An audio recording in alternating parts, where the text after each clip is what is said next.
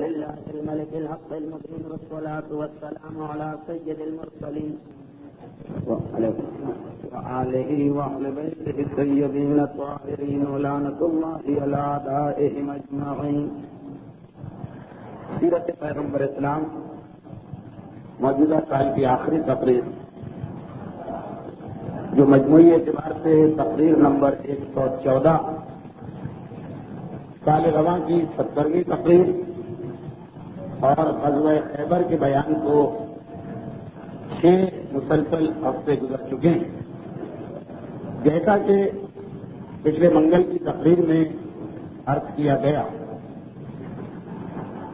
کہ بالکل سال گزشتہ کی طرح سے اس سال کی صورتحال ہے کہ تاریخ اسلام میں جنگ خندق اور غزوہ بنو قریظہ یہ دو بالکل ایک دوسرے سے ملے ہوئے واقعات ہیں، لیکن پچھلے سال بھی یہی اتفاق پیش آیا کہ خندق کی لڑائی کا بیان پچھلے سال ہوا اور اسی کا باقی ماندہ حصہ یعنی غزوہ بنو قریظہ اس سال کی پہلی تقریر میں مکمل ہوا.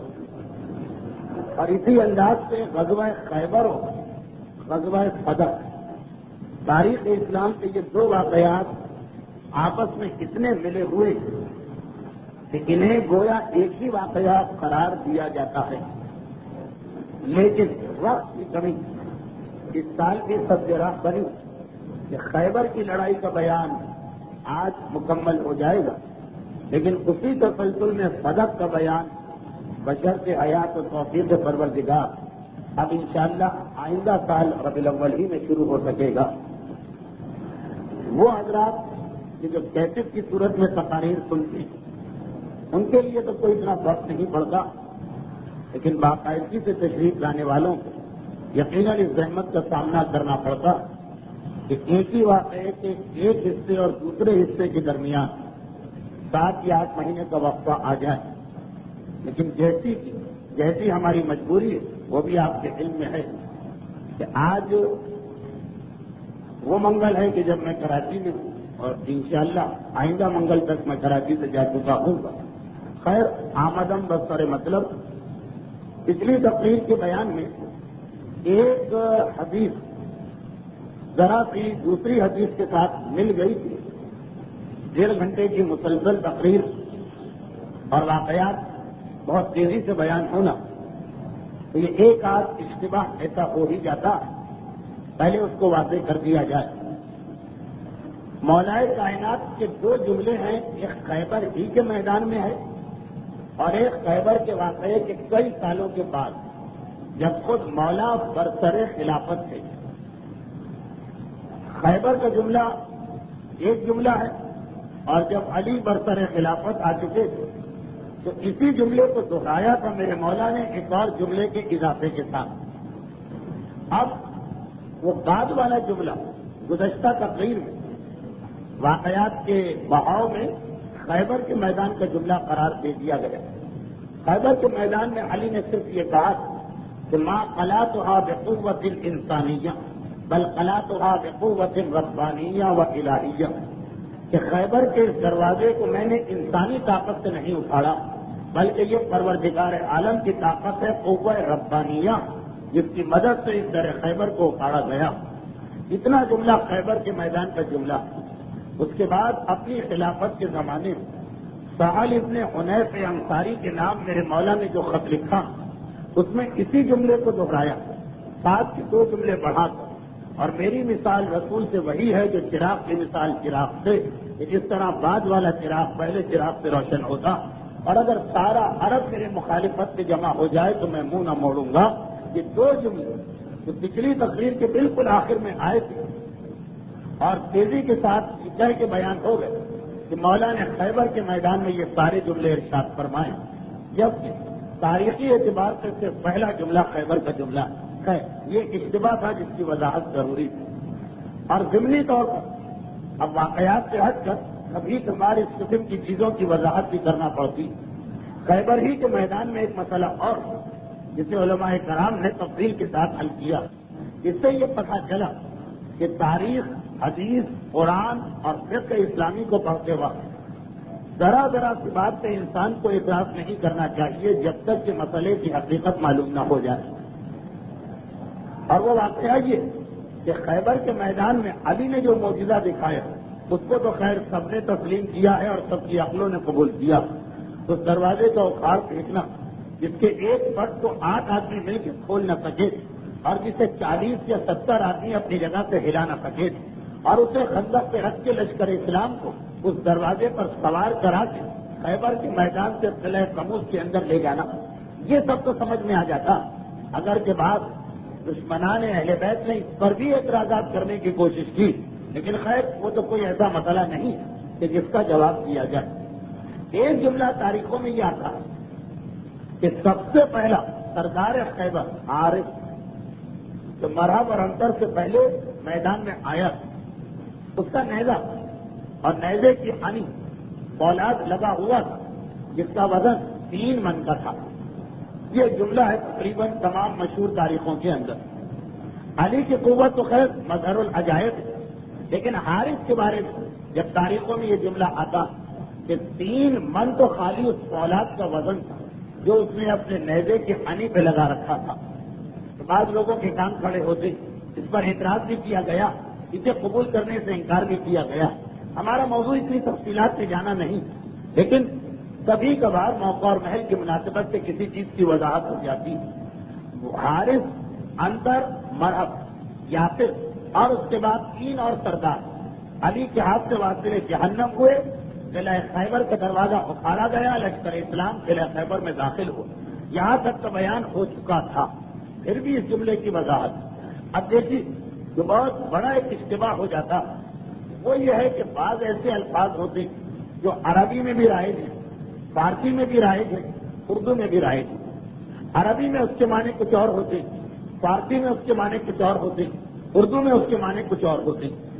لیکن ہم اور آپ قرآن اور حدیث، تاریخ اور فقہ اسلامی کو پڑھتے وقت بعض اوقات عربی لفظ کا ترجمہ اپنے ماحول اور معاشرے کے اعتبار سے کر لیتے، جس کی ایک مثال یہی واقعہ.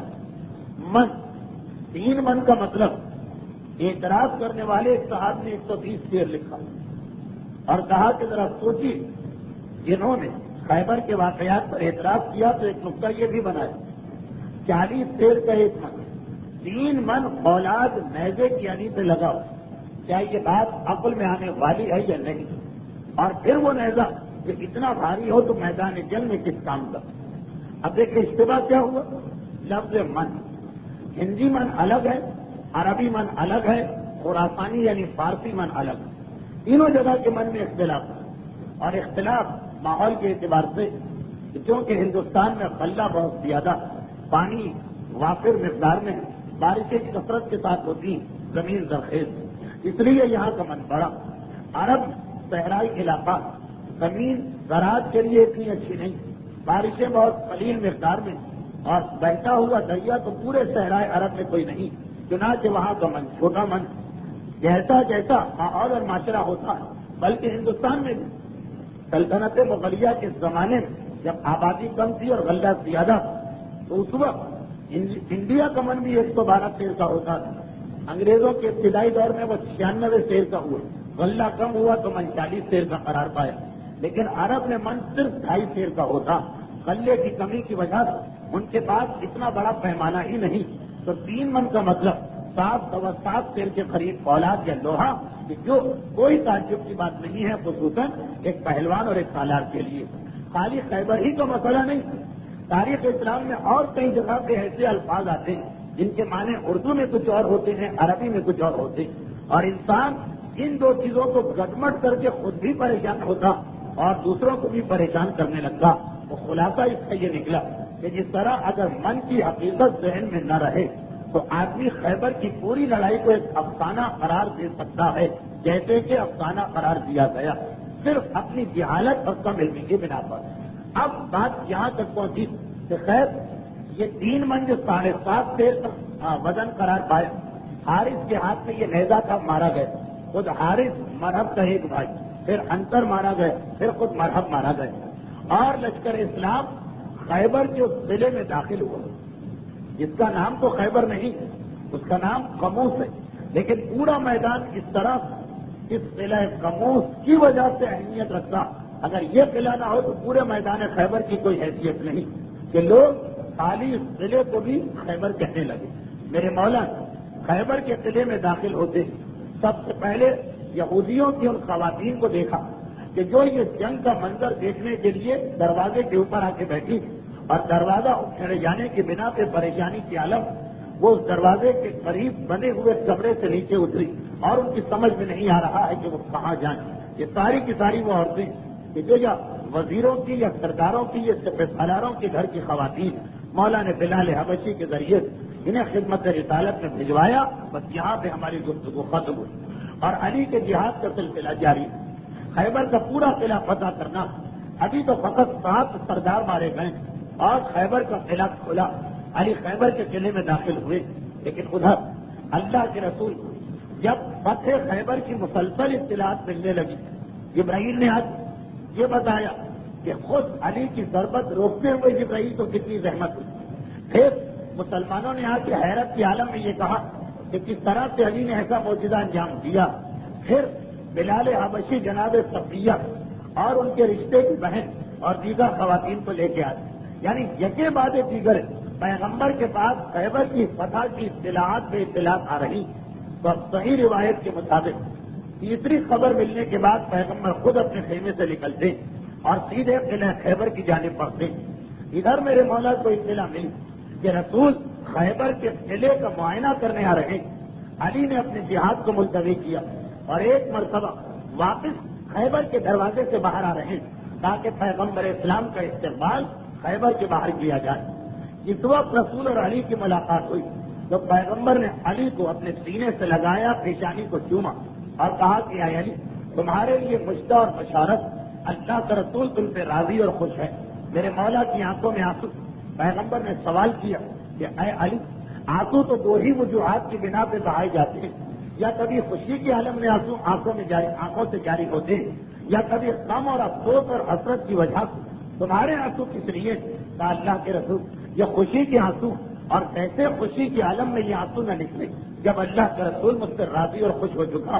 تو پیغمبر نے کہا کہ فقط رسول ہی تم سے راضی نہیں بلکہ اس وقت تمام ملائکہ جبرائیل و میکائیل بلکہ خود پروردگار عالم تم سے راضی اور خوش ہے اور تمہاری ذات پہ فخر و مباحثت کر رہا.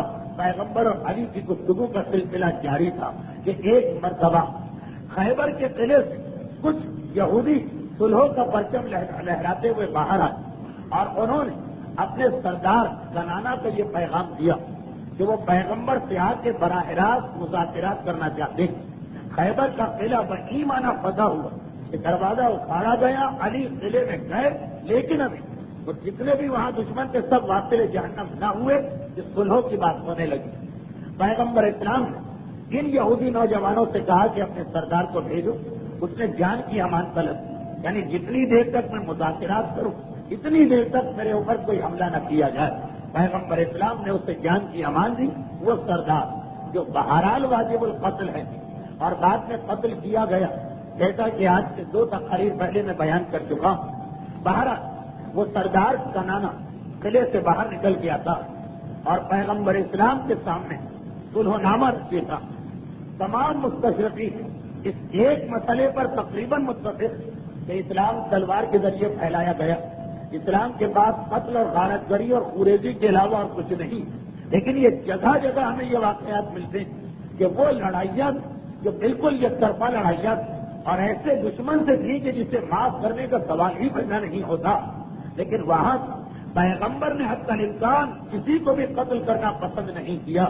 خیبر فتنہ و فساد کا مرکز, نفاق اور سازشوں کا گڑھ, اسلام کے خلاف تمام کی تمام منصوبہ بندی اور پلاننگ یہیں سے کی جاتی. حتیٰ یہ کہ پرانی تقاریر آج سے 114 تقریر ہو رہی, پرانی تقاریر میں تفصیل آ چکی کہ کس طرح مکے کے کافروں کو زیادہ کر مدینے پر حملہ کرنے کی ترغیب خیبر کے لوگ دلواتے, اور وہ خیبر اس وقت پیغمبر کے سامنے اس عالم میں پڑا کہ نہ وہ اپنا دفاع کر سکتا, نہ کوئی ان کی حمایت کر سکتا, نہ ان کے پاس اپنی شرارتوں کے لیے کوئی ایکسکیوز یا معذرت. لیکن وہ بھی آ کر پیغمبر سے صلحوں کی بات کر رہے ہیں اور اللہ کے رسول نے ایسی حالت میں کہ دشمن 100% شکست کھایا ہوا سردار کی شرط کو قبول کر لیا. اس نے ایک شرط پیش کی اور وہ یہ کہ ہمارے مرد، ہماری عورتیں اور ہمارے بچے، ان کی جانوں کو تحفظ دیا جائے اور ہمارا تمام مال، ہماری تمام دولت، ہمارے تمام زمینیں، ہماری تمام فصلیں اور پیداوار، یعنی مال جتنا وہ سب مسلمان لے لیں، ہماری جان کو تحفظ دیا جائے.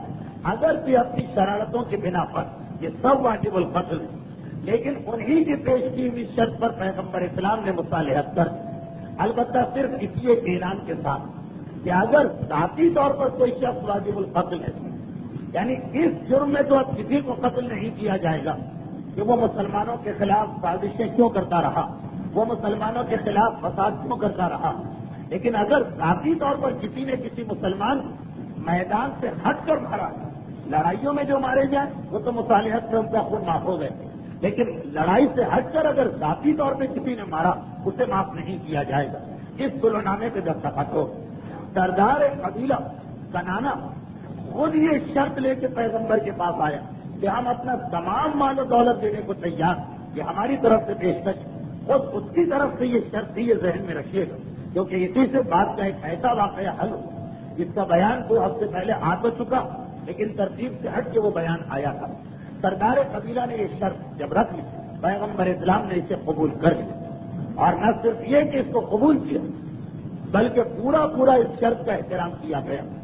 یہی خبر جب پھیلی اور خیبر سے ملے ہوئے فدق کے یہودیوں کو اطلاع ملی تو ان کا بھی ایک وقت اسی لیے خیبر پہنچا اور پیغمبر اسلام سے یہ گزارش کہ ان لوگوں نے آپ سے لڑائی کرنے کے بعد یہ شرط رکھی اور آپ نے ان کی یہ شرط مانی، ہم تو بغیر آپ سے لڑائی کیے ہوئے اسی شرط پر آپ سے مصالحت کو تیار کہ ہماری تمام جائیداد و دولت آپ کی.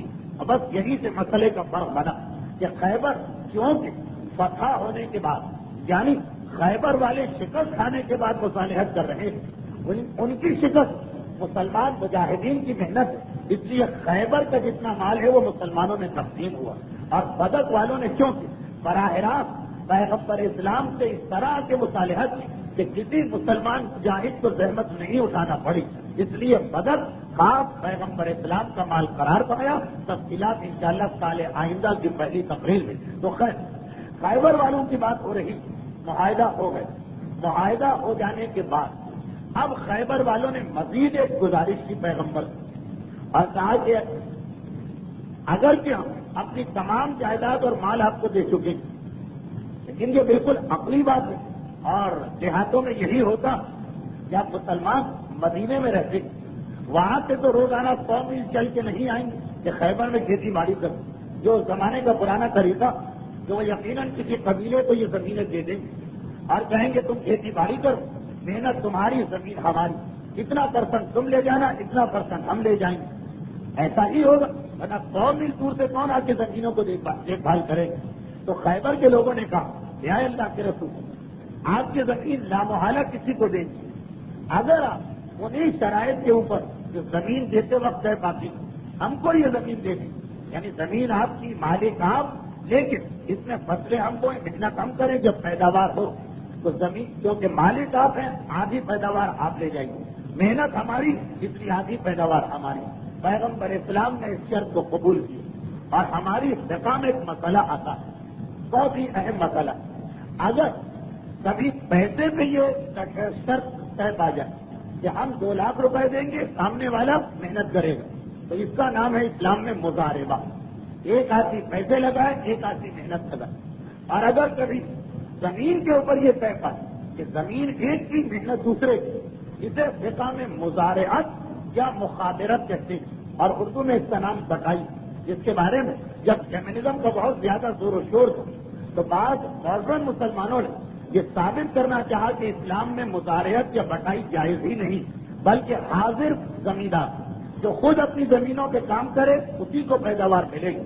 اگر زمین کسی اور کی اور فصل اگانے کے لیے کسی اور کو رکھا گیا تو بعض ایسے لوگوں جن کی عادت یہ ہوتی کہ زمانے میں جو فیشن چل رہا ہو اسلام کو کاٹ پیٹ کے اس کے مطابق بنایا جائے، چنانچہ کمیونزم کے مطابق بنانا چاہے. یہ کمیونسٹوں کا نظریہ کہ سب سے زمینیں چھین لو، جو محنت کرتا ہے فقط اس کی زمین، باقی زمین چھین کے دوسروں کو دی جائے گی.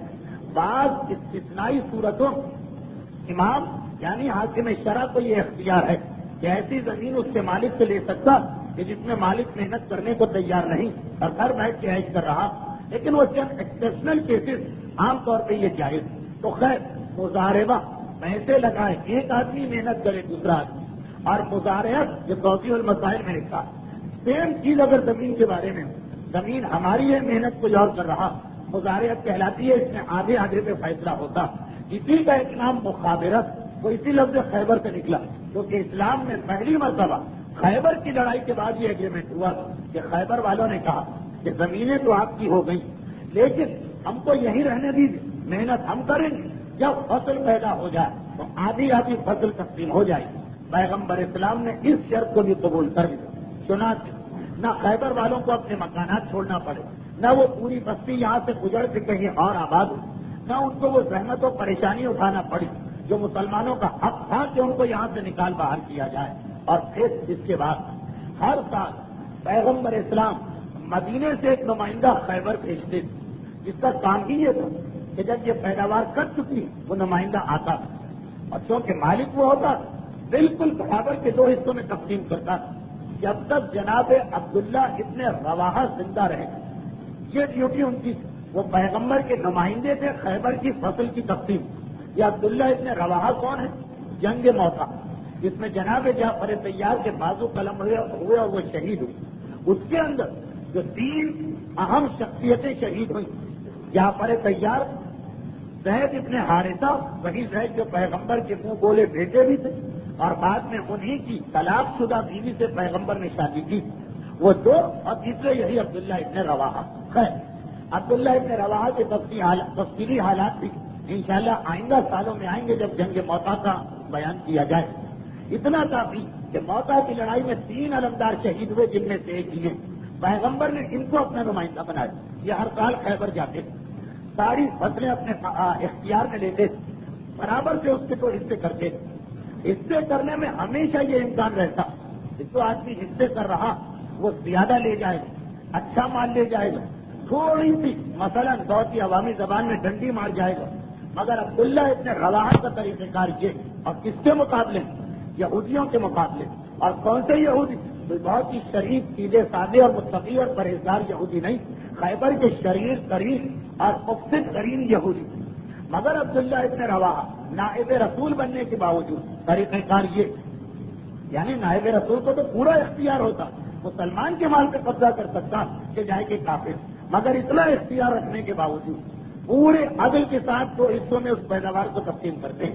ایک ڈھیر ادھر رکھا، ایک ڈھیر ادھر رکھا، پیچھے ہٹ گئے، اور یہودیوں سے کہا دیکھو ہم نے تقسیم کر دیا، لیکن کون سا ڈھیر کس کا ہے یہ فیصلہ ہم نہیں کریں گے، تم اچھے طریقے سے دیکھو اور اس کے بعد خود یہ بتاؤ کہ کون سا ڈھیر اپنے لیے رکھنا چاہتے ہو تو دوسرا ڈھیر ہم اپنے لیے رکھیں گے، اور اگر پھر بھی تمہیں اطمینان نہیں ہو رہا تو ان دونوں کو ملا دو، اور جس طرح سے تمہارا دل چاہے تقسیم کر کے مسلمانوں کا حصہ ہم کو دے دو۔ ایک کافر کے ساتھ اور یہودیوں جیسے کافر کے ساتھ اور دشمن اسلام یہودیوں جیسے کافر کے ساتھ اس انداز کا عدل کہ خود پہلے ہی سال جب عبداللہ ابن رواحہ نے یہ تقسیم کی تو یہودیوں کی زبان پہ یہ جملہ آ گیا، وَبِهَذَا قَامَتِ السَّمَاوَاتُ وَالْأَرْضُ، یہ وہ عدل ہے جس کی وجہ سے زمین و آسمان آج تک قائم چلے آ رہے ہیں۔ تو کہا ایک نائب رسول یہودیوں کے ساتھ اتنا انصاف کرے، اور کہا آج 2 مومن اگر پارٹنرشپ میں کاروبار کریں تو ہر ایک دوسرے کا حق کھانے کو بے چین و بے تاب۔ اگر 2 سگے بھائی کسی ایک جائیداد میں شریک بنے تو کسی کو کسی پر اعتماد و بھروسہ نہیں رہتا کہ کیا وہ ہمارا حق دے رہا ہے یا نہیں دے رہا۔ خیبر کی لڑائی جہاں ایک طرف ضربت علی جو ضربت ید اللہ ہے اس کے فضائل کو ہمارے سامنے پیش کر رہی، وہاں قدم قدم سے اخلاقیات اور تقوی کے ایسے مظاہر آ رہے ہیں کہ اس پر بھی توجہ دینا۔ تو خیر یہ عدل و انصاف خیبر جیسے یہودی جو غالباً یہودیوں میں بھی بدترین یہودی ہوتے ہیں ان کے ساتھ بھی یہ عدل و انصاف ہو رہا۔ اس شرط سے مصالحت ہو گئی، پیغمبر اسلام نے یہ اعلان کر دیا کہ تم سب لوگوں کو یہی قیام کرنا، اپنی زمینوں میں رہو، اپنے مکانات میں رہو۔ عام لوگوں سے تو یہ سارا معاملہ طے پا گیا، ایک مسئلہ یہ ختم ہوا۔ اب دوسرا مسئلہ یہ کہ یہ تو ہے آئندہ جو فصلیں ہوں گی، لیکن اس وقت خیبر میں جو کچھ موجود وہ ہے مال غنیمت، مسلمانوں کا حق، مجاہدین اسلام کا حق، اس وقت خیبر میں جتنا مال غنیمت، پیغمبر اسلام اس سارے مال غنیمت کو ایک جگہ جمع کروا رہے ہیں، جو قانون ہے جہاد اسلامی کہ جہاد کے دوران جس کے ہاتھ جو بھی لگتا ہے وہ اس کا مالک نہیں. آخر میں لڑائی ختم ہو، حاکم شرع اعلان کرے گا کہ فلاں مقام پہ سامان لے کے آؤ. جب سارا سامان جمع ہو جائے تو اس کے بعد 3 مرحلوں میں مال غنیمت تقسیم ہوتا. پہلا مرحلہ تو یہ کہ خمس نکالا جاتا. یہ خمس جو سادات اور رسول کا حق، خمس مال غنیمت سے بالفور نکلے.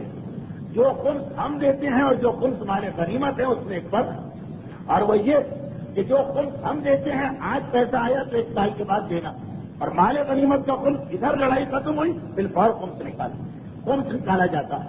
اس کے بعد بیت مال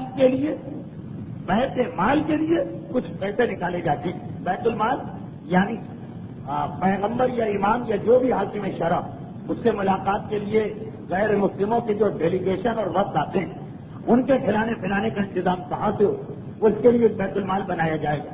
اسی طرح کبھی جہاد کا اعلان، اسلحہ جمع کرنا ہے، گھوڑے خریدنا ہے، کہیں خریدنا ہے، اس کے لیے بیت المال. اسی طرح جن کاموں کی اجرت اسلام میں حرام، اگر اس کام انجام دینے والے کے لیے اور کوئی وقت نہ رہے، قاضی جو کورٹ کا نظام چلاتا، کورٹ قاضی حرام ہے ان لوگوں سے جو اس کے پاس اپنا کیس لے کے آئیں، لیکن پھر وہ کہاں سے کھائے؟ بیت المال. مسجد کا مؤذن نماز جماعت پڑھانے کی اجرت لی جا سکتی، اذان دینے کی اجرت نہیں لی جا سکتی، لیکن پھر وہ مؤذن کیسے گزارا کرے؟ بیت المال. غرض یہ کہ ایک بہت لمبا چوڑا موضوع بیت المال. تو جتنا بھی مال غنیمت جمع ہوتا خمس نکلے گا، بیت المال کے لیے کچھ حصہ نکالا جائے گا، باقی صرف مجاہدین میں تقسیم کیا جائے گا. لیکن یہ ضروری ہے کہ ایک مال غنیمت کی ایک چیز جمع ہو جائے. تو پیغمبر اسلام پہلے سارا مال غنیمت جمع کروا رہے ہیں، اور اس میں پیغمبر اتنے سخت ہیں کہ کسی بڑے سے بڑے مجاہد کو بھی معاف کرنے کو تیار نہیں. تو اس کو کیسے معاف کیا جائے گا جو فتنہ و فساد کی جڑ؟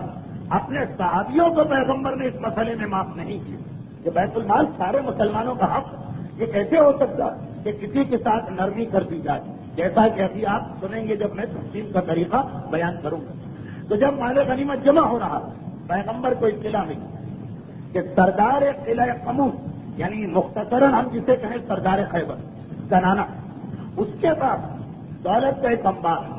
اس کی ذاتی دولت چھوڑیں، یہ بار بار میں نے جملہ کہا تو جسے دوہراؤں کہ یہ کنانا جو جناب صفیہ کا شوہر اور اصل میں مدینے کا رہنے والا، شرارتوں کی بنا پہ اس کو اور اس کے قبیلے کو مدینے سے نکالا گیا، خیبر میں آ کے یہاں کا سردار بن گئے، کیونکہ خیبر میں اس کا چچا پہلے سے سردار تھا.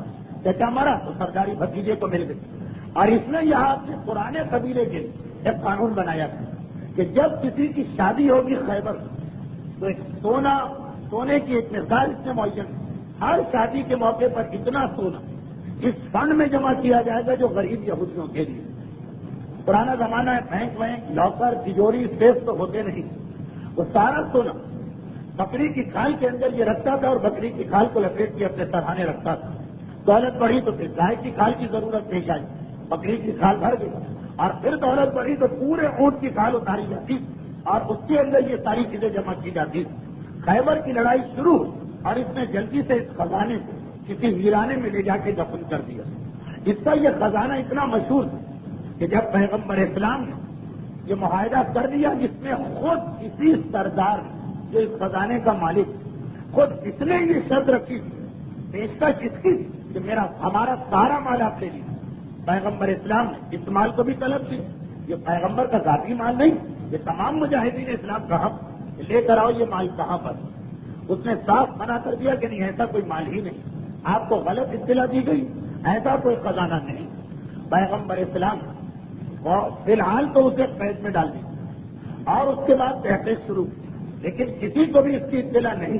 اب چاہیے کہ اس کی بیوی کو بھی اس کی اطلاع نہیں.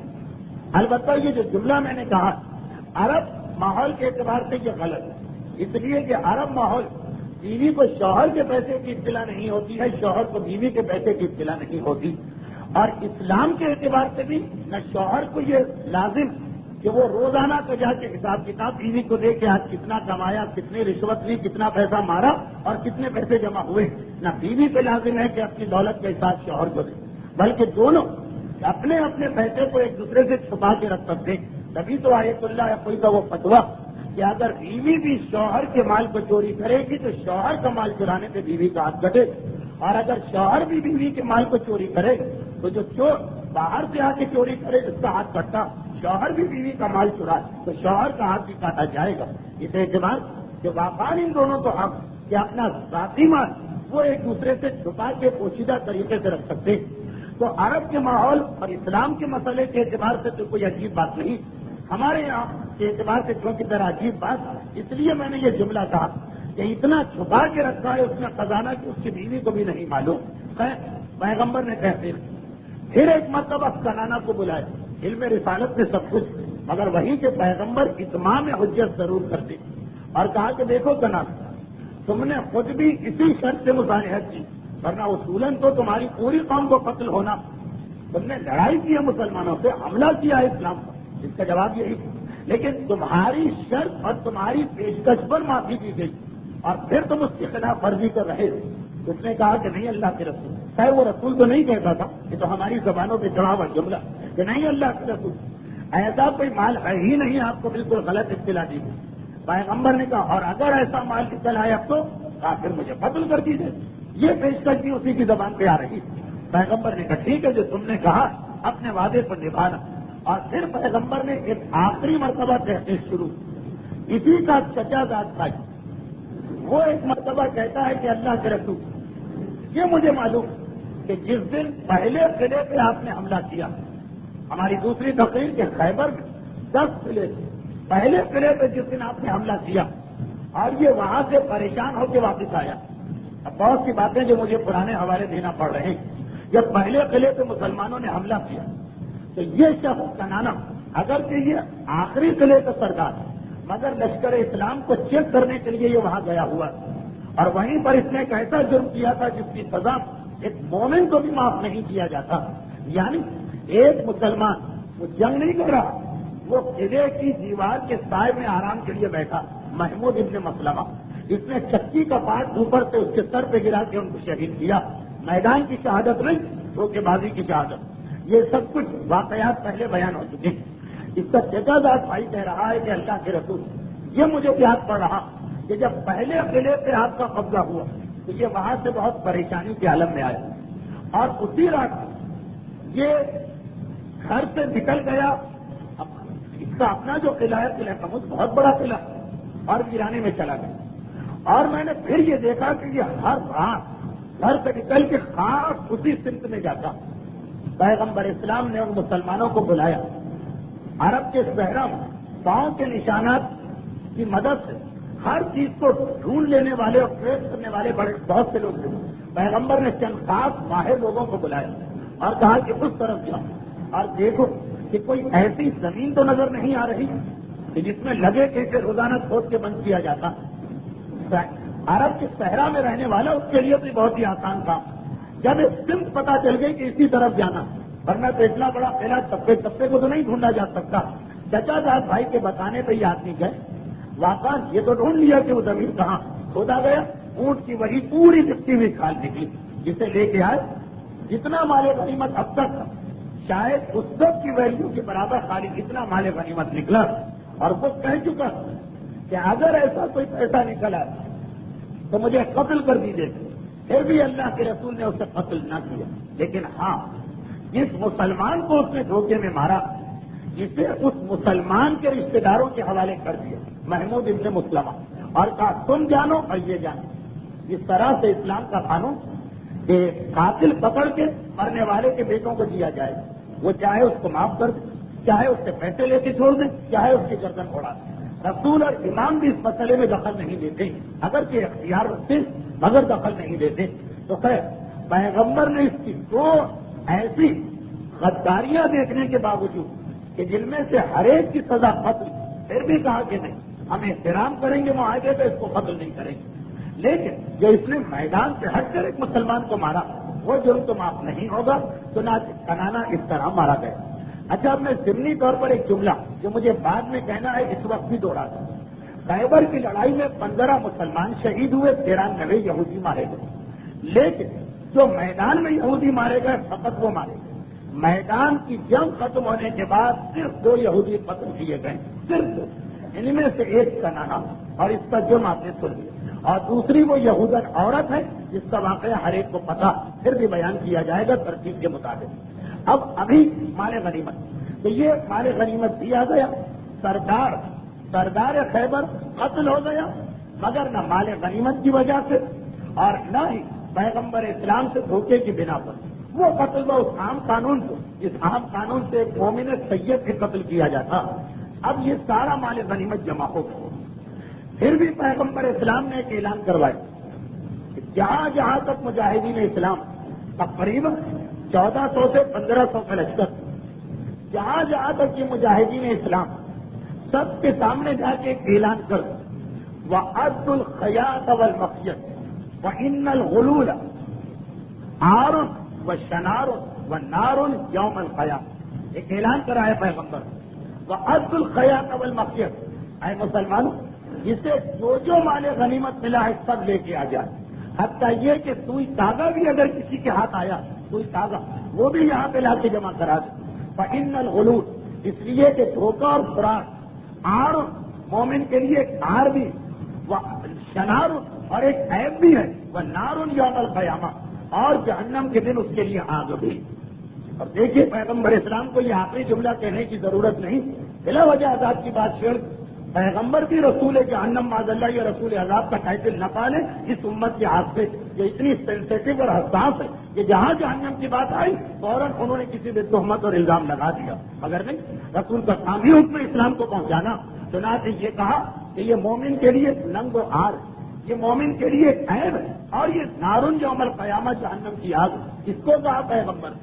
یہ نہیں کہ کوئی پوری ٹیکسٹائل فیکٹری کو کھا جائے، نہیں، اگر سوئی اور تاگے کو بھی کوئی ہضم کر لے تو کہا اس کے لیے بھی جہنم کی آگ.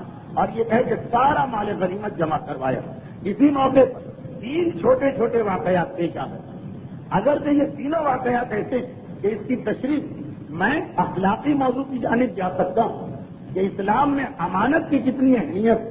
لیکن یہ خیال کرتے کہ آج آخری تقریر ہے فی الحال موجودہ سال کی، اور موضوع کو مکمل کرنا، میں اس تفصیل میں نہیں جاتا ہوں. لیکن صاحب ایمان کے لیے ان تینوں واقعات سے خود بھی نتیجہ نکالنا بہت آسان. صرف 3 چھوٹے واقعات. کسی خیبر کی لڑائی پیغمبر اسلام کا غلام تیر لگنے سے شہید ہوا. وہ 15 آدمیوں میں شامل تھا. وہ پیغمبر اسلام کی سواری کی محمل کو درست کر رہا تھا کہ قلعہ خیبر سے تیر چلایا گیا، جو اس کی کمر میں لگا اور وہ اسی میدان خیبر میں شہادت تک پہنچا، اور پھر لوگوں نے اسے دفن کر دیا. جس وقت اسے دفن کیا گیا تو لوگوں میں سے کچھ اس کی قبر پہ کھڑے ہو کر کہا کہ تمہیں جنت مبارک. اور پیغمبر اسلام نے فوراً کہا میں تمہارے نظریے سے اتفاق نہیں کرتا ہوں. تم جس کو جنتی سمجھ رہے ہو اس وقت اس کی ساری قبر آپ سے بھری ہوئی. لوگ چوکنا ہوئے. اللہ کے رسول آپ کا غلام اور میدان خیبر کا شہید، ڈبل فضیلت اور جہنم آج. پیغمبر نے کہا ہاں، اس لیے کہ خیبر کی لڑائی کے دوران، کیونکہ 9 قلعے اس سے پہلے فتح ہوئے ہیں، ان میں سے کسی کے دوران اس نے ایک چمچ یا چادر جو اس سے پسند آ گئی تھی اپنے لیے رکھ لی اور مال غنیمت میں لا کے جمع نہیں کروایا. وہ ایک چادر اس کی پوری قبر کو آگ کی چادر بنا گئی. ایک یہ واقعہ. اس کے بعد ایک اور واقعہ پیش آئے. خیبر کی لڑائی ختم ہوئی، مال و غنیمت جمع ہو کے تقسیم بھی ہو گئے، اور پھر نہیں تقسیم نہیں جمع ہو رہا. ایک مسلمان صحابی شہادت نہیں ویسے ہی بیماری کے بعد انتقال کیا. وہ آئے تھے اس لڑائی میں اور اسی دوران بیمار پڑے، اور جو ایک طبعی موت نیچرل ڈیتھ انتقال ہو گیا. لوگوں نے جنازہ تیار کر کے کہا اللہ کے رسول آئیے نماز پڑھا دی. پیغمبر نے کہا تم خود جا کے اپنے بھائی کی نماز جنازہ پڑھو. جب اللہ کا رسول کسی کے بارے میں یہ کہا کرتا تھا کہ میں نماز نہیں پڑھوں گا تم لوگ پڑھو، لوگ فوراً کھٹک جاتے کہ ضرور اس مرنے والے نے کوئی گناہ کیا. پیغمبر اسلام سے مرتبہ حیرت کے عالم میں پوچھا گیا اللہ کے رسول آپ نماز جنازہ نہیں پڑھ رہے آخر کیوں؟ کہا جا کہ اس کے سامان کی تلاشی. حکم رسول آ گیا، سامان کی تلاشی لی جا سکتی. لوگوں نے جا کے سامان کی تلاشی.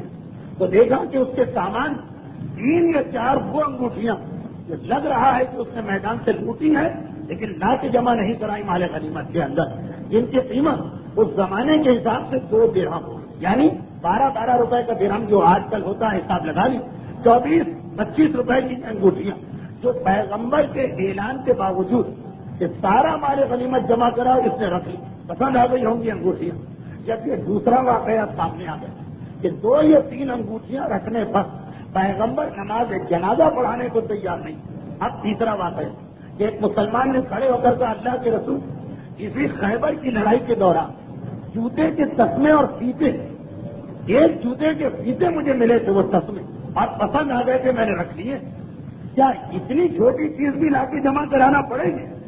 اب انگوٹھی سے نیچے اتری، ایک کمل کا ہوگا کوئی 400-500 روپے کا، وہاں سے نیچے اترے 24 روپے کی انگوٹھیاں، وہاں سے نیچے اترے تو شاید 4 روپے یا 3 روپے کی یہ جوتے کی ڈوریاں. تو اللہ کے رسول یہ بھی جمع کرانا؟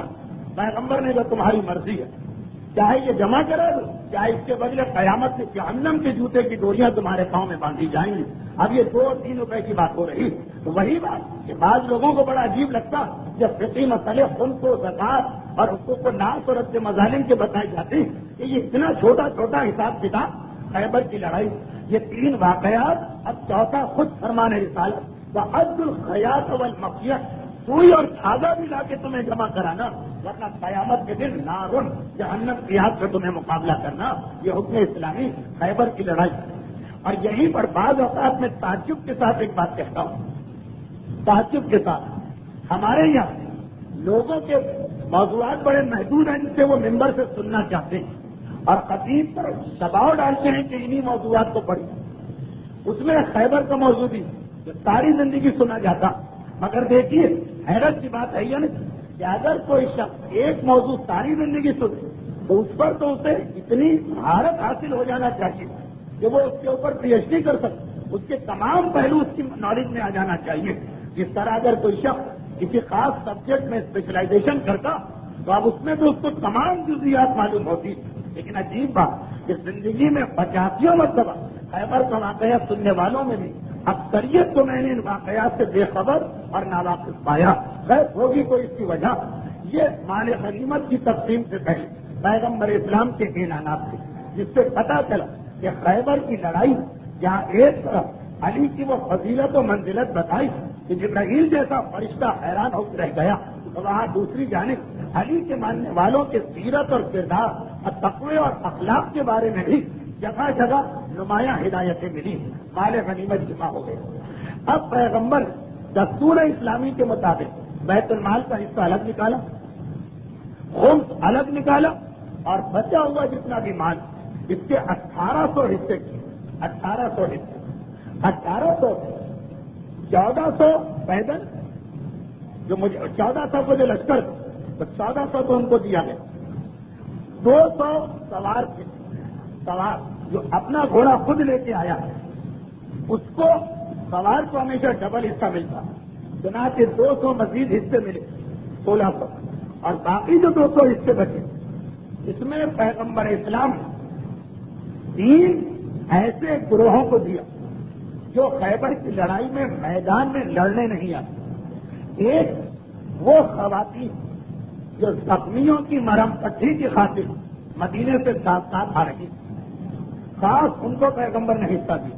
نمبر 2، اب دیکھیے خیبر کے سلسلے کی جو پہلی تقریر نمبر 111 یا 110، اس میں نے یہ جملہ کہا کہ پیغمبر نے جب خیبر پہ حملہ کیا تو ایک اعلان کیا کہ جو آدمی صلح حدیبیہ میں گیا صرف وہ ہمارے لشکر میں آئے، اور اگر کوئی اور آتا تو اسے ایک پائی مال غنیمت سے نہیں ملے گی. پھر پیغمبر کون؟ ایک صحابی رسول ایسے کہ جو صلح حدیبیہ میں تھے مگر اپنی کسی ذاتی مجبوری کی بنا پہ خیبر میں نہیں آ سکتے، اور وہ بہت مشہور صحابی جابر بن عبداللہ انصاری باقاعدہ پیغمبر سے اجازت لے کر مدینے میں ٹھہرے تھے. یہ واحد صحابی جو حدیبیہ میں گئے اور خیبر میں نہیں آئے. پیغمبر نے پھر نکال کے رکھا اگرچہ خیبر کی لڑائی سے ان کا کوئی تعلق نہیں، کہ جیسا کہ میں صلح حدیبیہ کی آخری تقریب میں کہہ رہا کہ کہ جو صلح حدیبیہ میں صبر کے امتحان میں کامیاب ہوئے خیبر میں ان کے لیے بشارت کی کہ اللہ تمہیں اس کا اجر دے گا، اور یہ پیغام قیامت تک کے لیے پیغام بن گیا کہ جو مصیبتوں اور آزمائشوں کے موقع پہ ثابت قدم رہتا اللہ کبھی اسے نظر انداز نہیں کرتا، اور ضرور اسے اس کے بعد کوئی نہ کوئی ایسا اجر دنیا میں بھی دیتا تو وہ ساری زحمت و مصیبت ختم ہو جاتی۔ جابر اس کی واضح مثال، صلح حدیبیہ پیغمبر کے وفادار ماننے والے خیبر میں حصہ نہ لیا، پھر بھی ان کو پورا پیغمبر نے حصہ دیا۔ یہ وہ لوگ میرا یہ جملہ سمجھ گئے جنہوں نے حدیبیہ کے سلسلے کی میری تقاریر سنی، اور آخری تقاریر میں بار بار میں نے کہا حدیبیہ اور خیبر کو بہت گہرا تعلق۔ خیر یہ دو بات کہ جیسے ہی خیبر کی لڑائی ختم ہوئی، ابھی مال و غنیمت پورا تقسیم نہیں ہو کہ 72 یا 80 آدمیوں کا ایک ایسا گروہ باہر سے آ گیا کہ پیغمبر ان سے اتنے خوش اور راضی ہوئے کہ مال غنیمت نے ان کو بھی پورا حصہ دیا۔ یعنی حبشہ سے جعفر طیار کی قیادت میں آنے والے 72 یا 80 مسلمان جنہوں نے خیبر کی لڑائی میں کوئی حصہ نہیں لیا، مگر انہیں ان کی نیت کے اوپر پروردگار نے اجر بھی دیا اور پیغمبر نے دنیاوی مال غنیمت بھی دیا۔ اب یہ کون تھے؟ ان کی نیت کیا تھی؟ یہ بس آخر تقریر میں یہ حصہ آئے گا۔ مال غنیمت تقسیم ہو گیا، مال غنیمت کی تقسیم سے اللہ کا رسول فارغ ہو۔ اب اس کے بعد ایک اہم تقسیم شروع ہوئی، اور وہ خیبر کے میدان سے پکڑی جانے والی کنیزیں۔ مال غنیمت تو تقسیم ہو گئے، اب کنیزوں کی تقسیم کا مرحلہ آ رہا۔ کنیزوں کی تقسیم جو اس سے پہلے لڑائیاں ہوئی اس کے اعتبار سے پیغمبر نے تقسیم کی یہ کنیزیں۔ جناب صفیہ، کون جناب صفیہ؟ سردار خیبر کی بیوی، جو اس سے پہلے یہودیوں کے ایک اور بہت بڑے سردار حی ابن اخطب، اس کی بیٹی، حی کی بیٹی، اور اس وقت خیبر کے سردار کی بیوی، اور بیوی کے اب تو بیوہ ہو چکی۔ اب مسئلہ آ گیا ان تمام کنیزوں کی تقسیم کا۔ کنیزیں بھی تقسیم ہوئی، مال بھی تقسیم ہوئی۔ ایک چھوٹی سی بات اور واضح کر دی جائے جس سے یہ پتہ چلتا کہ اللہ کا رسول عدل اور انصاف کے اصولوں کا کتنا خیال کرتا۔ خیبر کی یہودی خود یہ کہہ کر گئے کہ سوائے ہماری جان کی باقی سب آپ لے گئے۔ جب سارا مال غنیمت جمع ہوا، اس میں یہودیوں کی مقدس کتاب تورات، اس کے بھی بہت سارے نسخے آ گئے۔ اب آج کل کا زمانہ نہیں، پرانا زمانہ جب کتابیں صرف اور صرف ہاتھ سے لکھی جاتی اور ایک ایک کتاب کا لکھنا ایک امر عظیم اور دشوار ترین کام، تو جس وقت مال غنیمت میں یہ سب کچھ آ گئے، خیبر کے یہودیوں کو کوئی کلیم نہیں ہے کسی چیز پر، لیکن ان کے بعض نوجوان آگے بڑھے اور کہا اللہ کے رسول اگر ہماری یہ مذہبی اور مقدس کتاب ہم کو واپس کر دی جائے، جس سے ہم عبادت کرتے ہیں، جس کو ہم پڑھتے ہیں اور جس سے ہم دعائیں مانگتے ہیں، تو اگر کہ یہ حق نہیں ہے لیکن ہمیں عبادت میں سہولت مل جائے گی۔ غیر مسلم کی بھی عبادت کا احترام اسلام میں حکم دیا گیا، اور کہا یہ کہ اپنے ہی ہاتھوں سے مسجدیں اور امام باڑے اور مسلمانوں کے مقدس مقام مسلمان کہلوانے والے اس پر حملہ کرتے ہیں اور اسے نقصان پہنچاتے ہیں، تو خیر پیغمبر نے فوراً حکم جاری کیا سارا مال غنیمت تقسیم ہو، تورات کے جتنے نسخے ملے یہ سب واپس کرو۔ اگر ان کو بیچا جائے تو یہ ہزاروں بلکہ لاکھوں درہموں میں فروخت ہوں، کیونکہ اس زمانے میں کتاب دنیا کی قیمتی ترین چیز سمجھی جاتی، لیکن نہیں، یہ مذہب کا مسئلہ، چاہے غیر مسلم کا مذہب صحیح لیکن احترام کیا جا رہا، تورات کسی طرح واپس کر دی گئی، مال غنیمت تقسیم ہو گیا، کنیزوں کو اسلام کے اصول کے مطابق تقسیم کیا گیا۔ جناب صفیہ جو سب سے زیادہ محترم گھرانے سے تعلق رکھتی، وہ تقسیم دہیہ کلبی کے حصے میں چلی گئی۔ دہیہ کلبی وہ صحابی رسول کہ جن کی خصوصیت یہ کہ جبرائیل اگر کبھی انسانی شکل میں آ کر وحی دے تو دہیہ کلبی کی شکل بناتے ہیں۔ دہیہ کلبی کو دیکھ کر اکثر اوقات لوگ کنفیوز ہو جاتے ہیں، یہ واقعان وہ ہے کہ جبرائیل آیا ہوا ہے ان کی شکل کے اندر۔ یہ دہیہ کلبی کو ایک امتیاز، ایک شرف، ایک خصوصیت حاصل تھا۔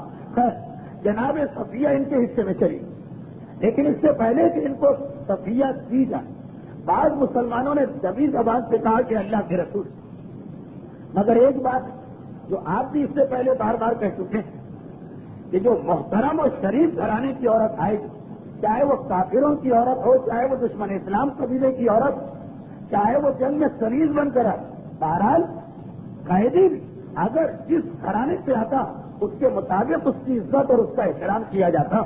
تو نہ کہ جناب صفیہ سردار کے گھرانے کی، یہ بھی نہیں کہ سردار کی بیوی، نہیں، سردار کی بیٹی بھی، یعنی بچپنے سے سرداری کے ماحول میں پھلی، وہ اگر ایک عام صحابی کے گھر میں چلی گئی تو ان کے اسٹیٹس اور ان کی حیثیت کا گھرانہ نہیں ہوگا. اللہ کے رسول جناب صفیہ کا تہیہ کے گھر جانا ایک طرح سے صفیہ سے ظلم ہو جائے گا. اتنی شریف، اتنے اعلیٰ گھرانے کی، دشمن ہونا اپنی جگہ، قیدی ہونا اپنی جگہ، کنیز ہونا اپنی جگہ، مگر بہرحال جو ہر ایک کی عزت اور احترام ہے وہ برقرار رکھا جائے گا. پیغمبر اسلام نے تہیہ طلبی سے بات کی، وہ خوشی سے راضی ہو گئے. چنانچہ پیغمبر نے یا ان کو صفیہ کے بدلے میں 1 کنیز دی یا 7 کنیز، اور جناب صفیہ کو واپس لے کے آزاد کر دیا کہ تمہاری کنیزی ہی ختم. اتنے شریف اور محترم گھرانے سے تمہارا تعلق ہے. اگر یہ پورا گھرانہ دشمن رسول، ان کا باپ ہے، وہ تو آپ کو یاد ہے، 8-10 دفعہ تو واقعہ میں اس کو بتا چکا ہوں. جس دن سے رسول مدینے میں آئے اس دن سے وہ پیغمبر کا دشمن بنا ہوا. اگر بہرا دشمنی اپنی جگہ، ہر ایک کی جو ایک عزت اور احترام ہے وہ اپنی جگہ، آزاد کر دیا. تقریباً یہ وہی جملہ جو بعد مولا نے استعمال کیا جب جناب شہربانو قید ہو کے لائی گئی، اور اسی طرح سے انہیں بد انتظامی کے ساتھ معاذ اللہ کنیز سمجھ کے تقسیم کرایا جا رہا. تو میرے مولا کا جملہ یہی کہ یہ شاہی گھرانے کی خاتون قیدی صحیح، کنیز صحیح، میدان جنگ کی اسیر صحیح، مگر اس کی عزت، اس کا احترام اسی گھر میں ہی جائے گی جو اس کے گھر کے مطابق ہو، اس کے اسٹیٹس کے مطابق. اور وہاں بھی یہی ہوا کہ ان کو آزادی دلوا دی اور پھر ان کی مرضی پہ چھوڑ دیا. اور وہ واقعہ تو ہر ایک کا سنا ہوا. جناب شہربانو کا واقعہ وہ بعد میں پیش آیا، صفیہ کا واقعہ پہلے پیش آیا. جناب صفیہ، پیغمبر اسلام نے کہا کہ یہ کسی کے گھر نہیں جائیں گے. اتنے شریف اور عزت دار گھرانے کی خاتون آزاد کر دیا، جہاں دل چاہے رہو. لیکن اس کے بعد خود جناب صفیہ ہی نے پیغمبر اسلام سے شادی کرنا مناسب سمجھی، جس کی وجوہات 3-4. ایک یہی کہ یہ اپنے بچپنے اپنے باپ اور چچا سے یہ سن چکی کہ یہ رسول ہے تو سچا رسول، مگر اس کی مخالفت کرنا ہے ورنہ ہماری دکانداری کیسے چلے گی. اور دوسری بات، جس دن رسول خیبر پہنچے اسی رات کو انہوں نے ایک خواب دیکھا کہ 14ویں رات کا چاند جو آسمان پہ چمک رہا وہ میری گود میں آ گیا. اور جب یہ خواب اپنے شوہر کو سنایا تو وہی شوہر جو مارا گیا، جس کی موت کا واقعہ آپ نے سنا، اس نے ان کے رخسار پر ایسا تماچا مارا کہ سیاہی کا نشان پڑ گیا اور کہا کہ خواب یہ بتا رہا کہ تم عرب کی ملکہ بننے کے بارے میں سوچ رہی اور تمہارا خیال ہے کہ مدینے والے مسلمانوں کے رسول سے تمہاری شادی ہو جائے. یہ ساری چیزیں جمع ہو گئی. جناب صفیہ نے پیغمبر اسلام سے درخواست کی کہ اب میں آپ ہی کے گھر میں زندگی گزارنا چاہتی ہوں. چنانچہ خیبر کے میدان میں پیغمبر نے جناب صفیہ کو جو آزاد ہو چکی نکاح کے ذریعے سے اپنی ازواج میں قرار دیا.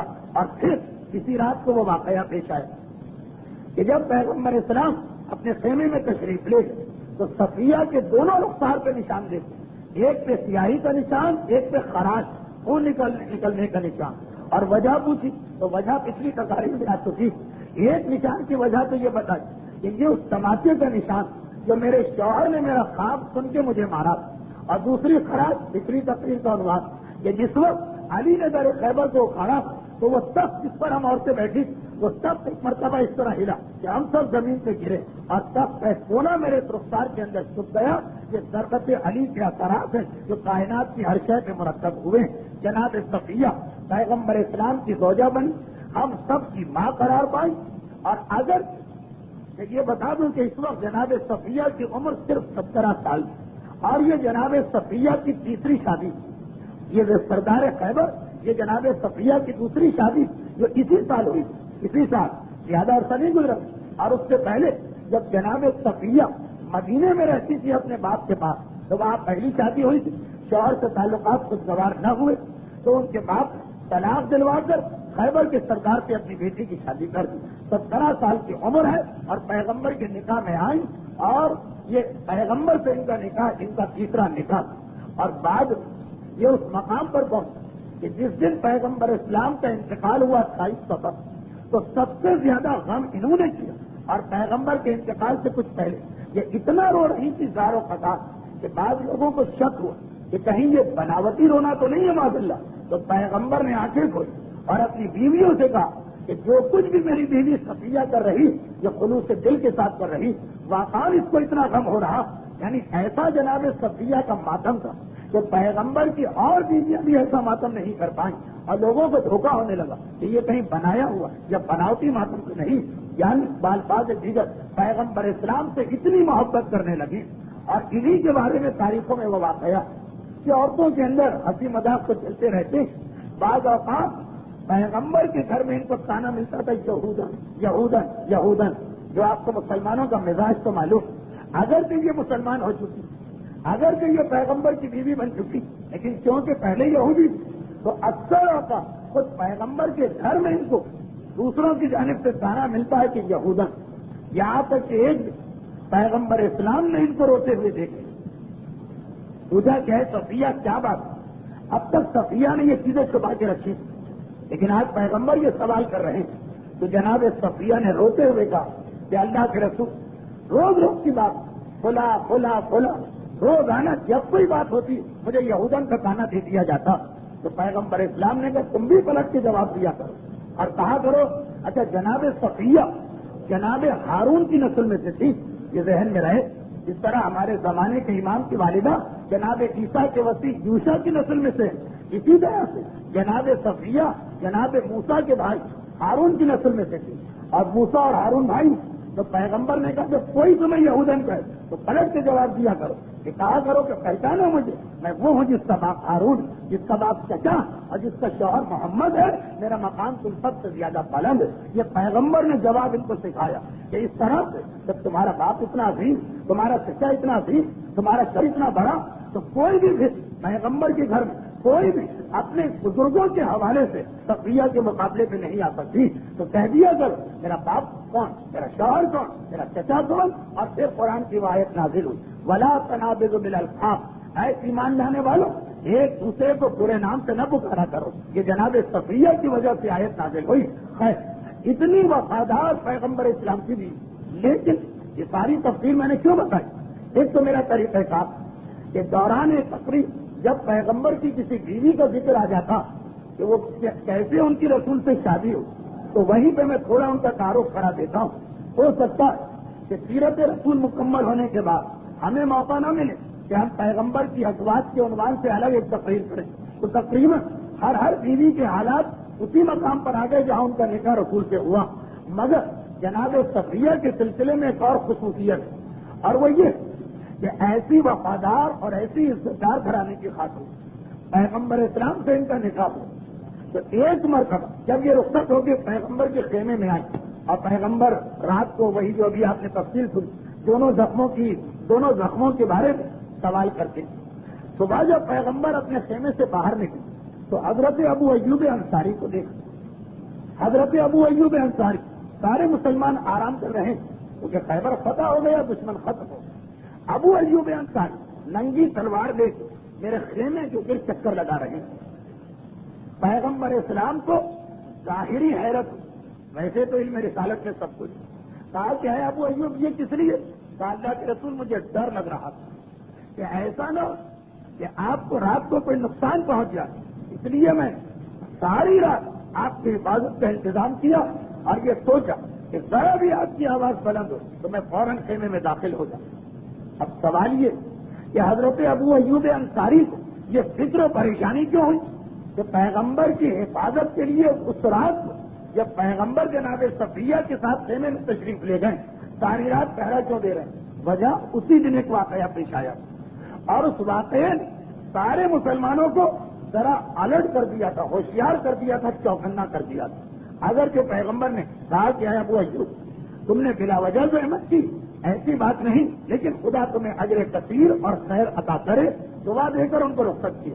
واقعہ کیا پیش آیا؟ واقعہ یہ پیش آیا کہ اسی دن اس یہودن عورت دھوکے کے ذریعے پیغمبر کو زہر دیا تو سارے مسلمان یہودی عورتوں کے بارے میں ایک مرتبہ چوکنا ہو گئے کہ جیسا کہ یہودیوں کے بارے میں مشہور کہ وہ اپنے دین کو پھیلانے کے لیے بھی اور اپنے دشمنوں کو نقصان پہنچانے کے لیے بھی اپنی عورتوں کو استعمال کیا کرتے فحاشی، بے حیائی اور بے غیرتی جو ان کی گھٹی میں پڑی ہوئی، اور اسی طرح سے وہ ہمیں بھی بے غیرت بنا کر چاہتے ہیں کہ ہمارا معاشرہ بھی تباہ ہو جائے۔ تو یہودی اپنے دین کی تبلیغ کے لیے اپنی عورتوں کو بھی استعمال کرتے، اور خیبر کے میدان اس یہودین نے پیغمبر کو دھوکہ دینے کی کوشش بھی کی تھی، چنانچہ اب سارے مسلمان ہوشیار ہو گئے، خصوصاً حضرت ابو ایوب انصاری جناب صفیہ کے بارے میں کہ جس کا باپ دشمن رسالت، جس کا چچا دشمن رسالت، جس کا بھائی دشمن رسالت اور جس کا شوہر دشمن رسالت۔ تو جب ایک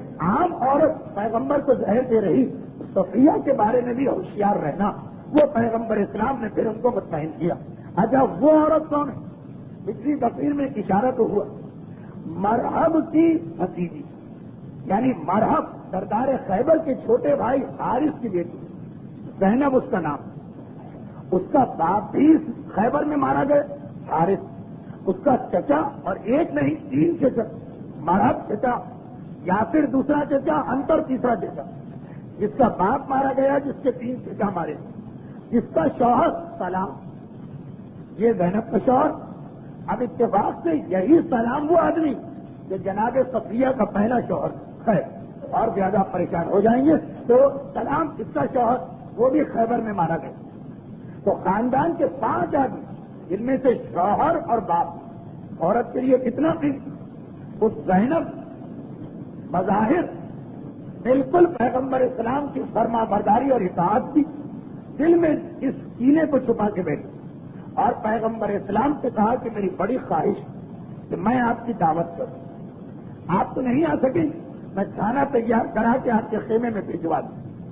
ادھر اس نے مسلمانوں سے پوچھنا شروع کیا کہ اگر کسی جانور کو پکا کے بھجوایا جائے تو رسول کو جانور میں گوشت، بھیڑ اور بکری سب سے زیادہ کون سا حصہ پسند ہے؟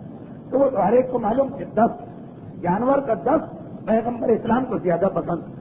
چنانچہ مسلمانوں نے بتایا، اس نے اس پوری بکری جسے یہ ذبح کر کے پکوا کے بھجوا رہی، اس پوری بکری زہر آلود کیا، لیکن خصوصیت کے ساتھ اس کے 10 اس میں تو کثیر مقدار میں زہر ملا دیا، اور پھر پیغمبر کے لیے اس کھانے کو بھجوا دیا۔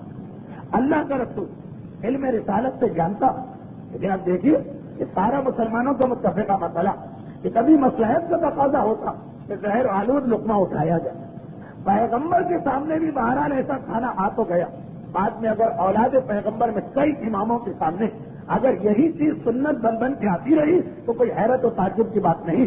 پیغمبر ایک لقمہ اور اپنی سنت کے مطابق گوشت کے 10 میں سے 1 لقمہ لیا۔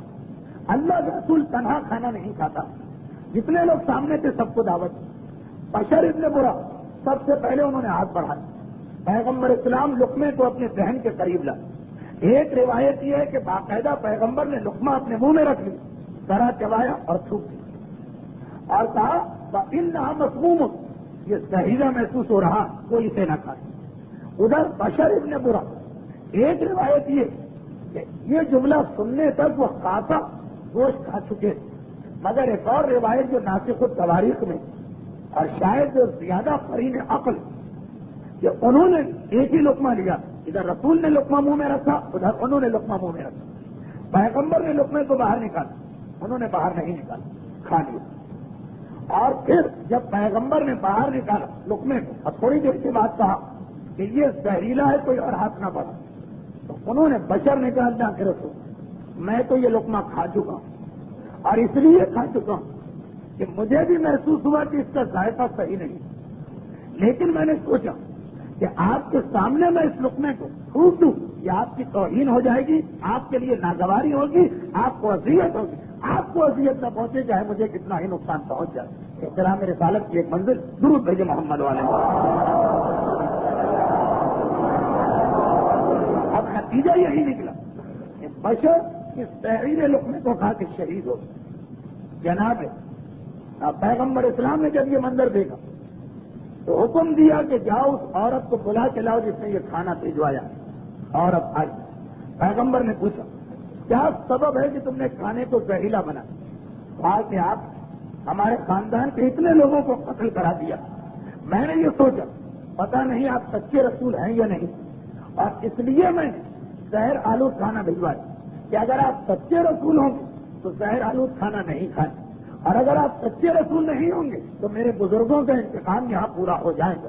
پیغمبر اسلام نے کہا دیا، میں نے تجھے معاف کیا، یہ کہہ کر اسے چھوڑ دیا گیا۔ لیکن جب کچھ دیر کے بعد جناب بشر کے بارے میں اطلاع آئی، جنہیں لوگ وہاں سے اٹھا کے ان کے خیمے میں لے گئے، پیغمبر کو اطلاع ملی کہ وہ شہید ہو گئے، تو اب بعض علماء کہتے ہیں اس کے باوجود پیغمبر نے زینب نامی اس یہودن کو معاف رکھا، لیکن بعض علماء کہتے ہیں کہ پیغمبر نے اب اسے گرفتار کرائی اور گرفتار کرا کے بشر نامی شہید مسلمان کے وارثوں کو اس عورت کو ان کے حوالے کر دیا، یہ تمہارے باپ کی قاتلہ، تمہاری مرضی، جو حکم اسلامی، جو ایک مومن بھی کسی کو قتل کرے تو جو قانون جاری ہوگا، اور اس کے وارثوں، ان کے وارثوں نے اس عورت کو قتل کیا۔ فقط لڑائی کے بعد 2 آدمی یہودیوں میں مارے گئے، ایک صفیہ کا شوہر کنانا، وہ بھی ایک مسلمان کے بدلے، اور ایک حارث کی بیٹی مرحب کی بھتیجی زینب، وہ بھی ایک مسلمان کے قتل کے بدلے میں۔ اور اس کے علاوہ خیبر میں پیغمبر نے کسی کے لیے کوئی حکم جاری نہیں کیا۔ یہاں پر ایک روایت اور ملتی کہ جب خیبر کی لڑائی کے تقریباً 4 سال بعد 11 ہجری میں صفر کے مہینے پیغمبر اس دنیا سے رخصت ہو رہے تھے، تو انہی شہید ہونے والے مسلمان کی والدہ پیغمبر کی عیادت کو آئی 4 سال بعد، تو پیغمبر نے کہا تھا کہ اے ام بشر، اے بشر کی ماں، تیرے بیٹے اور میں نے خیبر کے میدان میں جو ایک لقمہ لیا، ایک نوالا، تیرا بیٹا وہی دنیا سے رخصت ہو گئے، لیکن اس کا اثر اب تک میرے جسم میں ہے، اور ہر سال یہ زہر میرے جسم کو زیادہ سے زیادہ نقصان پہنچاتا جاتا، لیکن اب تو وہ وقت آ گیا کہ اس زہر نے میرے جسم کی تمام رگوں کو توڑ کے رکھ دیا۔ چنانچہ علامہ مجلسی نے اس روایت کو لکھا اور اس کے بعد کہا، اسی لیے مشہور ہے کہ پیغمبر کی شہادت زن یہودیہ کے دیے ہوئے زہر سے ہوئی۔ خیر، اب اس کے بعد خیبر کا واقعہ مکمل ہوا فقط ان آخری جملوں کے ساتھ۔ بہت جلدی یہ بات مجھے کہنا پڑ رہی، بڑا تفصیل طلب ہے یہ حصہ جو آخر تقریر میں آ رہا، شاید سال آئندہ اس کو میں مختصراً پھر دوہرا دوں۔ یہ سارے واقعات تشکیل پا رہے ہیں کہ پیغمبر کو اطلاع ملی حبشہ سے 72 مسلمانوں کا قافلہ آ گیا۔ 72 مسلمان کون؟ خیبر کی لڑائی تقریباً 14 سال پہلے، جس سال مکے میں شہزادی کی ولادت ہوئی تھی، اس سال پیغمبر مسلمانوں کی ایک کثیر تعداد کو مولا کے بڑے بھائی جعفر طیار کی قیادت حبشہ میں بھجوایا تھا، کیونکہ وہاں کا بادشاہ نجاشی تھا، اور کہا تھا کہ تم وہاں زیادہ آرام سے اپنے دین پہ عمل کر سکتے ہو۔ اور پھر اگر آپ کو یاد ہو تو خیبر کی لڑائی کے بعد پیغمبر نے اپنے صحابی جناب عمر کو، جنہیں اردو ادب میں عمر عیار کہہ دیا گیا معاذ اللہ، جناب عمر ابن امیہ کو اپنا قاصد بنا کے حبشہ بھجوایا، اور 2 پیغام، ایک ام حبیبہ سے نکاح، اور پھر جعفر طیار کے لیے دوسرا پیغام کہ اب مدینے آ کر ہم سے ملو، حبشہ کی ہجرت ختم ہو گئی۔ جب یہ پیغام حبشہ پہنچا تو وہ لوگ تیاری کر کے وہاں سے چلے۔ حبشہ اور مدینے کے بیچ میں سمندر، چنانچہ وہ سمندری راستے سے آئے، اور ان کے ساتھ 6 آدمی اور تھے۔ 6 کون؟ ابو موسیٰ شریف کا نام تو ہر مومن جانتا، ان کا تعلق یمن کے قبیلے بنو اشعر سے تھا۔ ان لوگوں نے بہت شروع میں اسلام قبول کیا، پھر 6 آدمی ایک کشتی میں بیٹھ کر یمن سے مکہ آ رہے تھے، ہواؤں کا رخ بدل گئے، بجائے کشتی مکہ آنے کے حبشہ نکل گئے۔ وہ حبشہ پہنچے، جعفر طیار نے ان کو اپنے ساتھ روک لیا۔ 6 آدمی تقریباً 14 سال وہیں رہے۔ آج جب جعفر طیار مدینے آ رہے ہیں تو وہ 72 آدمی بھی ان کے ساتھ جو مکے سے حبشہ گئے، اور یہ یمن کے 6 جن کا نام ہے اشعریین، یہ 6 بھی آ گئے، کیونکہ یہ اصل میں تو مکے ہی آنا چاہ رہے ہیں، ہوا نے ان کی کشتی کو حبشہ پہنچا دیا۔ یہ لوگ مدینے پہنچے، وہاں اطلاع ملی کہ رسول تو آج کل خیبر میں، بلا توقف 1 منٹ بھی انہوں نے قیام نہیں کیا، اور سیدھا وہاں سے خیبر آئے، یہاں تک کہ اپنی عورتوں کو بھی ساتھ لے کے آ گئے کہ ہمیں پہلے رسول سے ملاقات کرنا۔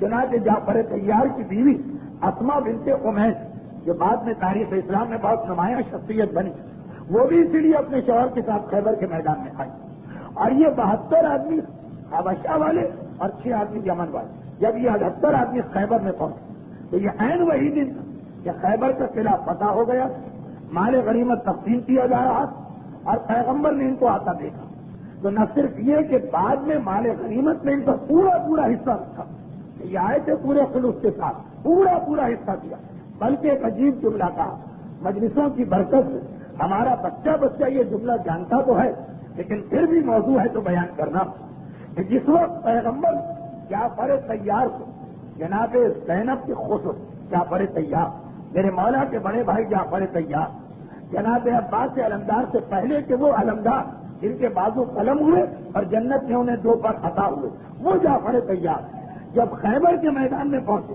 اب یہ روایت اور تاریخ کی بھی نہیں، امام حسن عسکری علیہ الصلاۃ والسلام کی روایت، وہ امام جن کی بہت کم روایتیں آپ نے سنی ہوں، خاص ان کی روایت کہ پیغمبر 12 قدم آگے بڑھ کے گئے اور جعفر طیار کا استقبال کیا، اپنے گلے سے لگا کے پیشانی کو چوما اور کہا کہ میری سمجھ میں نہیں آتا بے آئیے ہوما اشد سرور بے قدوم کا یا جعفر اور بے فتح اللہ ہے علی اخی کا خیبر، اے جعفر، یہ 11ویں امام کے جملے، اے جعفر میری سمجھ میں نہیں آتا کہ آج میں کس خوشی کو بڑی خوشی سمجھوں، کون سی خوشی بڑی خوشی، تیرے بھائی علی کے ہاتھ میں خیبر کا فتح ہونا یا تیرا آ کر مجھ سے ملاقات کرنا، پیغمبر یہ 2 خوشیاں برابر قرار دے رہے ہیں، بے قدوم کا جعفر، اے جعفر تو میرے پاس آیا، اور بے فتح اللہ علی اخی کا خیبر، یا تیرے بھائی نے خیبر فتح کیا اللہ کی مدد سے، یہ 2 خوشیاں بالکل برابر کی، اپنے پاس بٹھایا جعفر طیار کو، بار بار اظہار خوشی کیا، مال غنیمت میں پورا حصہ دیا، اور اس کے بعد کہا کہ اے جعفر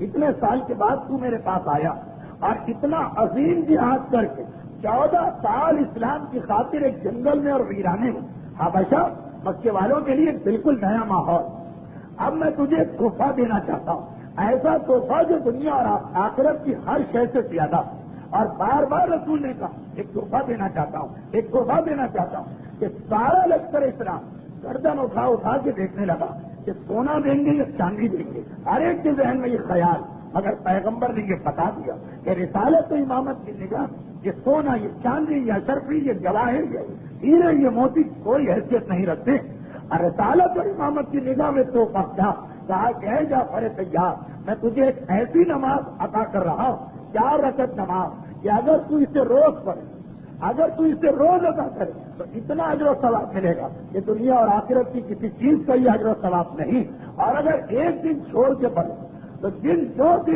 2 دن تو نے نماز پڑھی ان کے بیچ کے سارے گناہ تجھے معاف کرے، خدا تیرے گناہ معاف کرے گا، اگر ہفتے پڑھے گا تو پورے ہفتے کے گناہ معاف ہو جایا کریں گے، مہینے پڑھے گا تو 1 مہینے سے دوسرے مہینے کے گناہ معاف ہوں گے، حتیٰ یہ کہ سال بھی اگر پڑھے تو 1 سال سے دوسرے سال سارے گناہ معاف ہو جائیں گے۔ اب اس کے بعد العروۃ الوثقیٰ مرحوم آیت اللہ العظمیٰ آغائے کاظم صبا تبائی کا جملہ، جس پر آغائے کوئی نے بھی تائیدی نوٹ لکھا، اور وہ یہ کہ سال میں اگر انسان 1 دن پڑھنا چاہے تو 15 شعبان سے زیادہ فضیلت کی کوئی رات نہیں نماز جعفر طیار کے لیے۔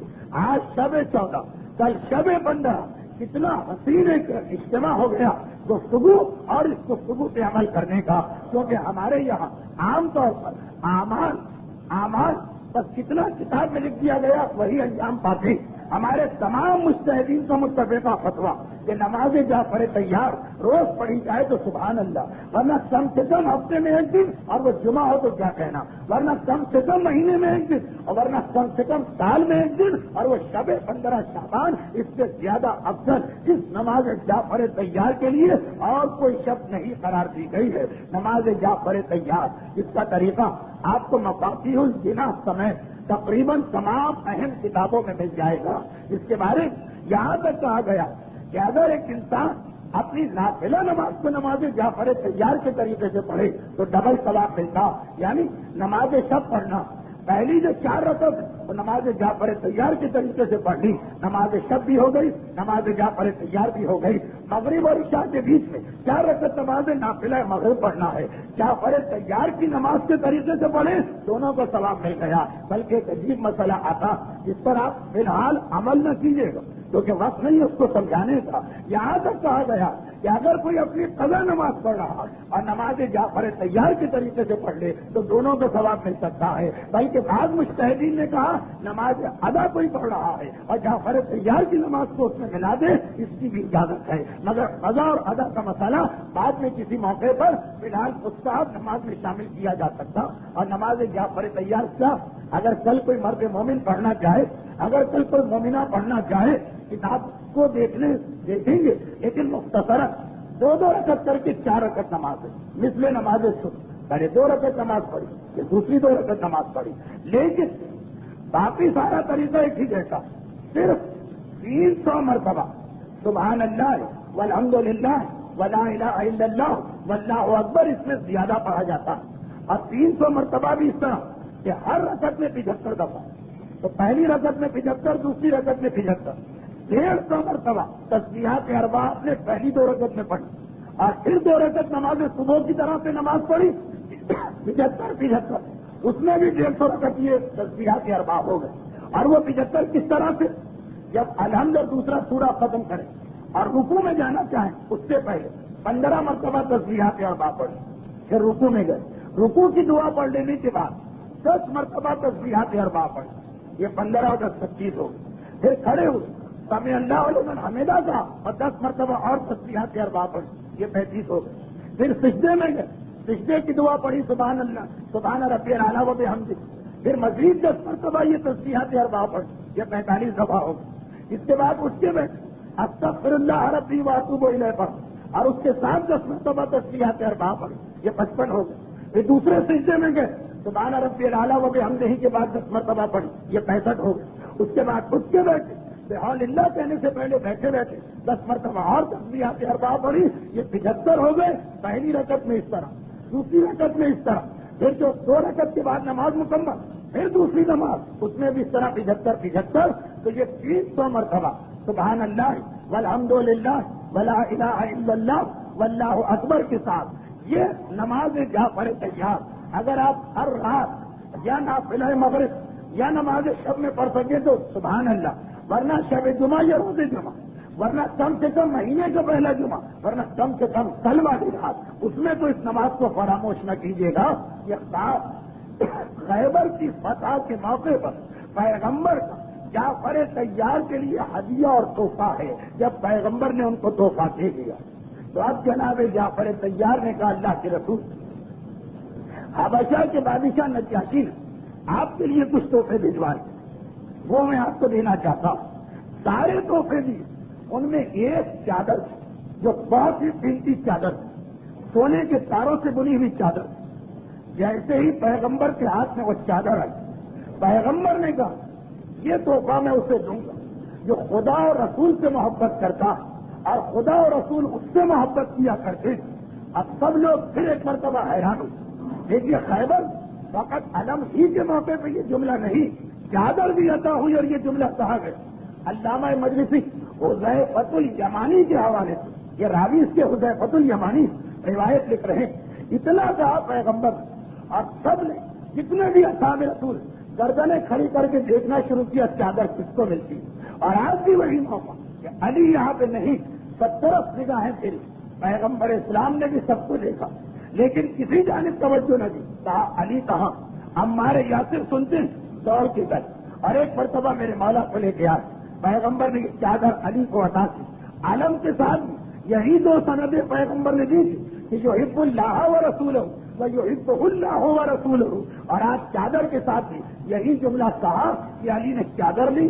خیبر سے جب علی مدینے پہنچے، اب بہت بات کا جملہ، میرا موضوع یہاں مکمل ہو گیا، بس خیبر کی لڑائی کا یہ آخری واقعہ، اب صرف اتنی سی وضاحت کر دوں کہ جب پیغمبر خیبر سے واپس جا رہے تو 2 معجزے پیش آئے، ایک موسیٰ کے لیے دریا شگافتہ ہوا، پیغمبر کے لیے بھی وہ واقعہ اگلے سال، دوسرا سورج پلٹنے کا واقعہ خیبر سے واپسی میں ہوا اگلے سال، اور پھر پیغمبر بدر پہنچے اور بدر کے معاملات کو طے کر کے مدینے گئے، تو خیبر کا موضوع آج مکمل ہوا، صرف ایک اور چیز نامکمل رہ گئی، خیبر کی لڑائی کی اطلاع مکے والوں کو بڑی جستجو تھی، کوئی بتائے کہ خیبر میں کیا گزرا، اور عجیب طریقے سے ان تک یہ اطلاع پہنچی، مگر یہ سارا موضوع انشاءاللہ آئندہ سال بشرط حیات و توفیق پروردگار ماہ ربیع الاول کے اختتام میں جب یہ منگل کا سلسلہ شروع ہو اور تقریر نمبر 115 ہو تو بس یہاں سے میں موضوع کو آگے بڑھاؤں. خیبر کی حد تک واقعات مکمل ہو گئے, لیکن علی کا یہ واقعہ کیونکہ نامکمل ہے, اس کا اگلا جز مدینے میں مکمل ہوا, اس لیے صرف اس واقعے کو مکمل کرنے کے خاطر مدینے والا حصہ بھی ابھی سے سنا دوں. اور پھر اس سال 17 تقریر جن میں پہلی تقریر جنگ خندق سے رسول کی واپسی اور آخری تقریر خیبر میں علی کو چادر عطا کرنا, یہ 17 تقریروں کا عنوان رہا. بڑی زحمت آپ حضرات کو ہوئی اور 1.5 گھنٹے کی تقاریر, جبکہ بیچ میں کراچی موسم کی انتہائی شدید سردی کی لہروں میں لپٹا ہوا تھا اور پوری زندگی معطل تھی. لیکن یہاں لوگ آئے, شروع کی تقاریر میں بعض لوگوں نے مشورہ دیا کہ 1.5 گھنٹے تک اس موسم میں کون سنے گا گفتگو, 1 گھنٹے کی تقریر کر دی. میں نے بھی ایک آدھ مرتبہ یہ اشارہ دیا, لیکن پھر جب یہ دیکھا کہ صاحبان ایمان شوق کے ساتھ آ رہے ہیں تو میں نے بھی سوچا کہ کسی طرح سے واقعات زیادہ سے زیادہ بیان, اور آپ حضرات یقیناً اجر و ثواب کے حقدار ہوں. جب آخری رسول کا ذکر آپ کس طرح سے سن رہے ہیں, اس کا جواب آپ کو آخری امام ہی کی بارگاہ سے ملے گا, ان کے جد کا تذکرہ, اور کیونکہ رسول کے جہاد کو وہ مکمل کرنے والے ہیں. لیکن بس یہ سن لیجیے, خیبر کی لڑائی فقط فضائل علی ہی کا نام نہیں, خیبر کی لڑائی کا آخری واقعہ فضیلت فاطمہ بھی بن گیا, شہزادی کا ذکر بھی اس میں آ گیا, جبکہ شہزادی مدینے میں, اور وہ اس طرح کہ یہ جو تحفہ علی کو ملا جب علی مدینے گئے تو گھر بعد میں گئے, پہلے بازار مدینہ میں تشریف لے گئے, زرگر سونار کی دکان میں پہنچے. یہ چادر جو سونے کے تاروں سے بنی ہوئی اور مرد سونا نہیں پہن سکتا, بعض علماء نے کہا سونا اوڑھ بھی نہیں سکتا, یعنی کمبل یا لحاظ سے سونا وہ بھی ذرا مشکل. میرا مولا بازار مدینہ میں گیا, سونار زرگر کی دکان پہ گئے اور کہا کہ اس چادر میں سے جتنے سونے کے تار ان سب کو نکالیں. اس کثیر تعداد میں سونے کے تار سے, اس کثیر تعداد 1000 مثقال فقط ان تاروں کا, ان دھاگوں کا وزن ہوا جو اس چادر میں شامل ہے. 1000 مثقال 3500 گرام سونا بنتا, 3500 گرام سونا, یہ فقط اس چادر میں. ایک انسان کی دیت, ایک انسان کے خون بہا 5-6 لاکھ کے قریب بات جا کے شاید پہنچ جائے. خیر, اس کثیر تعداد میں سونا نکلا. علی نے یہ سونے کے تار اسی کے ہاتھ دیکھے, 1000 مثقال لیا. اور کیسا کہ آپ کو معلوم کہ خیبر کے جہاد میں علی کو جتنا مال غنیمت ملا وہ گھر میں نہیں داخل ہو. علی گھر میں داخل ہونے سے پہلے وہ سب صدقہ کر کے آئے, صرف یہ سونا رہ گیا. سونا جیسے ہی ملا پھر علی نکلے, گھر نہیں جا رہے. فاطمہ بھی ہیں, حسن بھی ہیں, حسین بھی ہیں, بابا کا انتظار. مگر علی دولت دنیا لے کر اپنے مکان کی دہلیز کو طے نہیں کرنا چاہتے. پھر گئے یتیموں اور بیواؤں کے محلے میں جو خدا میں رہتی, یہ ساری کی ساری دولت کو 6 لاکھ روپے ایک آدمی ایک وقت میں کھڑے کھڑے تقسیم کر دے, کوئی چھوٹی موٹی بات نہیں. چنانچہ جب علی خالی ہاتھ ہو گئے, گھر میں آ گئے, سارا لشکر اسلام آ چکا, شہزادی نے شکر کا سجدہ ادا کیا علی کو خالی ہاتھ دیکھ کر کہ خدا کا شکر, سونا اور چاندی ہمارے دروازے سے داخل نہیں ہوا. اہل بیت سانپ اور بچھو سے زیادہ سونے اور چاندی سے ڈرتے, جہاں دولت آئے گی وہاں ہر گناہ آ جائے گا. ہمارے لیے یہ مسئلہ نہیں, ہمیں حلال دولت کے دائرے میں رہ کر حلال طریقے سے اسے استعمال کرنے کی اجازت دی گئی. لیکن بہرحال ہے اتنی خطرناک چیز کہ بار بار ڈرایا گیا. اب یہ بات تو ہو گئی. اگلا دن آیا, پورے مدینے میں مشہور 1000 مثقال فقط چادر سے سونا نکلا, 3500 گرام. تو جب علی مسجد میں گئے, پیغمبر نے کہا اے علی اتنی دولت تمہیں مل گئی, آج میں چاہتا ہوں کہ اپنے بعض دوستوں کو لے کے تمہارے گھر میں کھانا کھاؤں. اور وہ دن ہے کہ جس دن علی کے گھر میں فاقہ, خیبر کا مال غنیمت بھی نہیں, 1000 مثقال بھی نہیں, علی کے گھر کے روز و شخص وہی پرانے والے. آج علی کے گھر میں فاقہ, اور پیغمبر کہہ رہے کہ 1000 مثقال تمہیں ملے. تو آج تو تمہارے گھر میں بہت اچھے اچھے کھانے تیار ہوئے ہوں گے, میں تمہارے گھر آنا چاہتا ہوں. اب رسول و علی تو سب کچھ جانتے, لیکن جو طریقہ ہے فضائل کو پھیلانے کا, میرا مولا کہے تو کیا کرے, یہ تو نہیں کہہ سکتا. سامنے سے کوئی آدمی دعوت مانگ رہا اور وہ رسول یہ تو نہیں کہہ سکتا کہ نہیں اللہ کے رسول آپ تشریف نہ لائیں, اور ہاں کہے تو بہترین کھانے تو چھوڑے، سوکھی روٹی اور سوکھے چو بھی علی نہیں لگ سکتے، پاپا ایک دانہ نہیں ہے گھر میں کھانے۔ خیر سر جھکا کے خاموش رہے اللہ کے رسول آپ کا گھر۔ حذیفہ الیمانی راوی، یہ تو آپ کو یاد ہے پوری روایت ایک راوی کی، وہ کہتے ہیں کہ پیغمبر نے سلمان فارسی کو بلایا، ابو ذر غفاری کو بلایا، عمار یاسر کو بلایا، مقداد کو بلایا اور مجھے بلایا۔ پیغمبر نے انتخاب دی، ہم پانچوں کا کیا اور کہا چلو آج علی کے گھر میں بہترین دعوت ہے۔ پیغمبر اور شوق بڑھا بڑھا کے لوگوں کو لے جا رہے، خیر سب علی کے گھر میں آئے، علی کے ساتھ آئے، کمرے میں جا کے بیٹھ گئے، برابر کا کمرہ حجاب کے ساتھ شہزادی کا۔ اب علی مہمان تو آ گئے، پریشانی اب کی جگہ آئے حجرہ فاطمہ، لیکن فاطمہ سے بھی کہیں تو کیا کہیں، شوہر اگر ایک دانہ گندم گھر میں نہ لا سکا تو بیوی سے کیسے کہے کہ کھانا تیار کرو، مگر جب پہنچے تو کہنے کی ضرورت پیش نہیں ہے۔ دیکھا کہ عرب میں جو سب سے بہترین کھانا شریف، یہ عربوں کا سب سے بہترین کھانا ہوتا، شوربے میں روٹی کو بھگو کے ڈالتے بڑے لذیذ طریقے سے، اور اگر کسی شریر میں دو چار گوشت کی بوٹیاں پڑ جائیں تو پھر تو کیا کہنا۔ میرے مولا نے دیکھا ایک پیالہ شریر سے بھرا ہوا گرما گرم شریر، اس کے اوپر کثیر تعداد میں گوشت رکھا جس میں سے مشک و زعفران کی خوشبو آ رہی۔ میرے مولا نے جب یہ پیالہ دیکھا اس کو اٹھائے، لے کے پیغمبر کی خدمت میں گئے، 5 صحابی 1 رسول، اور ایک مرتبہ کھانا شروع کی۔ پیغمبر نے کہا کہ اے میرے صحابیوں اطمینان سے کھانا، پیٹ بھر کے کھانا، یہ خاص نعمت تمہیں مل رہی، چنانچہ جتنا کھانے کی طاقت تھی اس سے زیادہ کھائے۔ مگر عجیب بات، جتنا کھایا گیا پھر کھانا اتنا کا اتنا ہی۔ اب علی خاموش، رسول فاطمہ کے حجرے میں آتے اور کہتے ہیں کہ فاطمہ بیٹی یہ بتا کہ اتنا لذیذ کھانا یہ آخر کہاں سے آیا، کیسے تیار کیا؟ تو کہا کہ بابا جس پروردگار پہ توکل و بھروسہ کیا جاتا وہی پروردگار ہر نعمت کا عطا کرنے والا۔ میں نماز پڑھ کے بیٹھی اور ایک مرتبہ میرے مصلی کے سامنے یہ کھانا آ گیا، پیغمبر باہر آئے، ابو ذر غفاری، سلمان فارسی، عمار یاسر، مقداد ابن اسود اور حذیفہ الیمانی جیسے صحابیوں سے کہا الحمدللہ، اس خدا کا شکر جس نے مرنے سے پہلے مجھے اپنی بیٹی کے ذریعے سے وہ معجزہ دکھا دیا جو جناب زکریا مریم کے پاس دیکھا کرتے۔ جناب مریم جناب عیسیٰ کی ماں، جو جناب زکریا کی بھانجی، جناب زکریا جن کا تذکرہ بھی سورہ مریم کے شروع میں، جنہیں خدا نے یحییٰ جیسا بیٹا عطا کیا، وہی یحییٰ جو ایک رقص کرنے والی عورت کی خاطر مسجد دمشق میں شہید کیے گئے اور آج تک اس مظلوم کی شہادت کے وہاں آثار۔ تو جناب زکریا خالو سے جناب مریم سے، اور جناب مریم بچپنے سے اپنے خالو کے گھر میں پرورش پاتی ہے۔